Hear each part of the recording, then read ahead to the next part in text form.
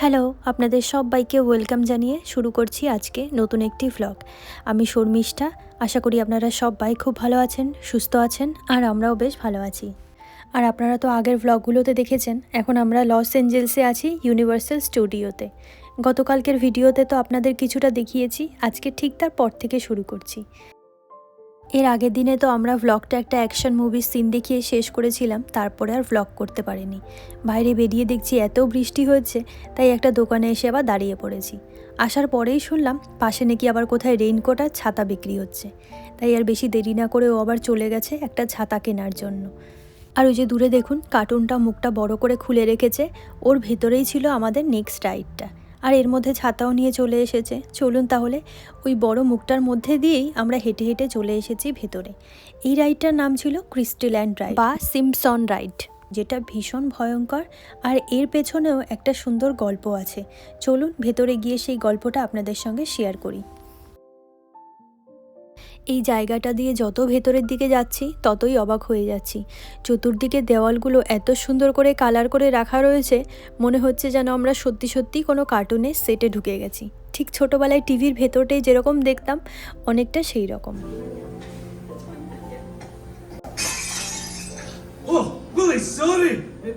দূরে যে কার্টুন শোটা দেখানো হচ্ছে, এটা আমেরিকার খুব পপুলার একটি cartoon show, the Simpson cartoon. 1989 সালে এই কার্টুনটা প্রথম শুরু হয়েছিল, তারপরের থেকেই এটা ভীষণ ফেমাস হয়ে যায় আর অনেক দিন পর্যন্ত কার্টুনটা চলে। আর এই কার্টুন শোটা এত ফেমাস হওয়ার পেছনের কারণ হিসেবে জানা যায়, যিনি এই শোটি তৈরি করেছেন তিনি হয়তো ভবিষ্যৎকে দেখতে পারেন। মানে অনেক বছর আগে এই কার্টুনের ক্যারেক্টারের মধ্যে দিয়ে এমন কিছু দেখানো হয়েছে যেটা কিনা 5-10 বছর পরে গিয়ে সত্যি হয়ে গেছে। অনেকটা বলা যায় ভবিষ্যৎ প্রেডিক্ট করতে পারে এই কার্টুনটা। যেমন একটা সময় আমেরিকার প্রেসিডেন্ট হবে ডোনাল্ড ট্রাম্প, সেটা নাকি এই কার্টুনের ক্যারেক্টারের মধ্যে দিয়ে অনেক বছর আগে দেখানো হয়েছিল। আমাদের দেশে করোনা ভাইরাস আসবে একটা সময়, সেটাও নাকি দেখানো হয়েছিল অনেক বছর আগে। আরও এরকম অনেক ঘটনা আছে যেগুলো পরবর্তীকালে সত্যি হতে দেখা যায়। তবে এটার মধ্যে কতটুকু সত্য বা মিথ্যে জানা নেই, তবে এই সব কারণের জন্যই কিন্তু এই কার্টুন শোটা এতটা পপুলার। তো যাই হোক, এরপরে আমরা রাইডের জন্য প্রস্তুত হয়ে গেছি। ছোট্ট একটা গাড়ি মতন আসলো। আমরা ভেবেছি এই সিটগুলোর মধ্যে বসে হয়তো আমাদের কার্টুনই দেখাবে, কিন্তু তারপর আমরা যেটা দেখলাম সেটার জন্য আমরা একেবারেই প্রস্তুত ছিলাম না।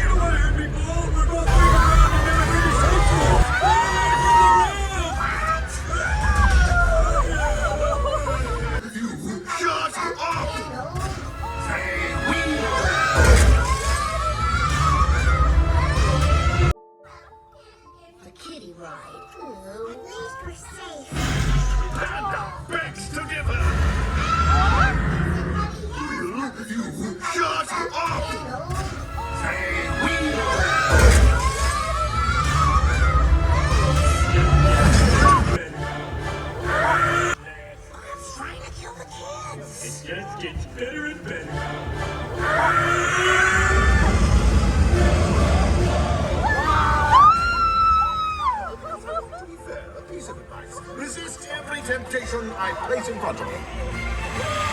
Fear! Oh, it's a temptation! Did fear hurt anybody?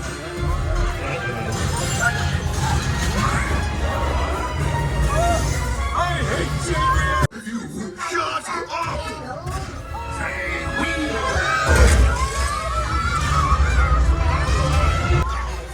You soiled your pants for the last time?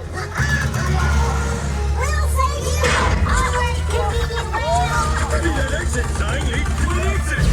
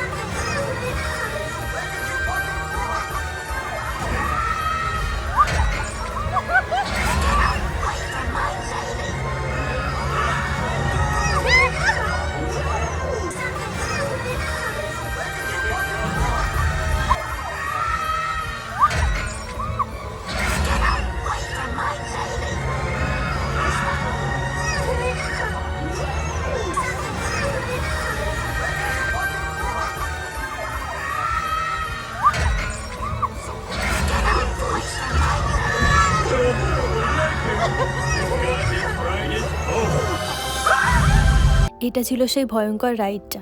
ভেবেছি বসে বসে কার্টুন দেখব, কিন্তু যা দেখে আসলাম আমি তো চিৎকার করতে করতে আমার গলা তো মনে হয় অর্ধেকটা নষ্টই হয়ে গেছে প্রায় বলতে গেলে। এত ভয়ঙ্কর জানলে ভেতরে আমি হয়তো উঠতামই না। কিন্তু রাইডটা করার পরে মনে হচ্ছে যে বৃষ্টি হলেও আমাদের এখানে আসাটা সার্থক হয়েছে। এই রাইডটায় ওঠার পরে এত আনন্দ পেয়েছি মনে হয় এক মুহূর্তের জন্য ছোটোবেলায় চলে গেছি। তাই বৃষ্টিটাকে আমরা এখন আর পরোয়া করছি না, খুঁজে খুঁজে দেখছি আরও কোথায় কোথায় রাইড আছে, সেই জায়গাগুলো কত তাড়াতাড়ি পৌঁছাতে পারি। আর বৃষ্টির মধ্যেও তো এদিক ওদিক ঘুরে দেখার মতন কিছু নেই, তবে এখানকার প্রধান আকর্ষণই হলো এই রাইডগুলো। আমরা কয়েকটা রাইড নিয়েছি, আরও কিন্তু এখনও অনেকগুলো রাইড বাকি রয়েছে। তবে একদিনে ঘুরে প্রত্যেকটা রাইড নেওয়া কিন্তু সম্ভব না, সেই জন্যই এখানে কিন্তু 2-3 দিনের টিকিটও পাওয়া যায়। আমরাও প্রথমে ভেবেছিলাম যে এখানে 2-3 দিনের টিকিট নিয়ে সব কিছু আস্তে আস্তে ঘুরে ঘুরে দেখব। তাই বৃষ্টির কারণে আমরা আর এক্সট্রাভাবে টিকিট কাটিনি, একদিনে আমরা যেটুকু দেখতে পারবো সেটাই অনেক। কারণ ওই যে বললাম, পরের সপ্তাহগুলোতেও দেখেছি এই এক নাগাড়ে বৃষ্টিই থাকবে।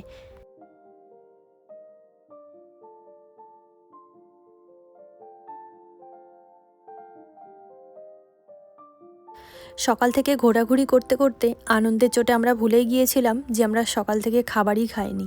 পাশে একটা দোকানে খাবারের ছবি দেখেই আমাদের হট করে খিদে পেয়ে গেল, তাই সেই দোকানটাকে আর মিস না করে চলে এসেছি খাওয়ার জন্য। আর ভেবেছিলাম একটু ভারী খাবার দাবারই খাবো, কারণ সময়ও এখন হয়ে এসেছে দুপুর 3টে মতন। কিন্তু এখানে ভারী খাবার দাবার বলতে তো ওই পিৎজা, বার্গার, ফ্রেঞ্চ ফ্রাই এই ধরনেরই খাবার। তো সেখান থেকে খাবারও খেয়ে নিয়েছি। আর এর পরে রাইড ছিল আমাদের হ্যারি পটার ওয়ার্ল্ড। বেলা বাড়ার সঙ্গে সঙ্গে দেখছি এদিকে বৃষ্টির পরিমাণও বেড়েছে। এখন বাইরে বেরিয়ে দেখছি এপাশ থেকে ওপাশে আর কিচ্ছু দেখা যাচ্ছে না বৃষ্টির জন্য। তবে এই স্টুডিওটা কিন্তু পাহাড় কেটে কেটে দেখলাম তৈরি করে রাখা, বেশ কয়েকটা ফ্লোর রয়েছে এরকম। আর এই উপর থেকে লস এঞ্জেলস শহরটা কিন্তু পুরোটাই দেখা যায়, যদিও আজকে বৃষ্টির জন্য আর দেখা যাচ্ছে না।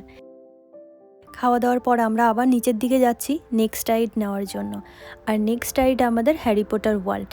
একটা ভ্লগে তো এত কিছু দেখানো সম্ভব না, সেটা আবার আপনাদের পরের ভ্লগে দেখাবো। তো চলুন, আজকের মতন আমার ভ্লগটি আমি এখানেই শেষ করছি। আবার আপনাদের সঙ্গে দেখা হবে খুব শিগগিরই নতুন একটি ভ্লগ নিয়ে। ততক্ষণের জন্য সবাই ভালো থাকবেন, সুস্থ থাকবেন। আজকের জন্য টাটা।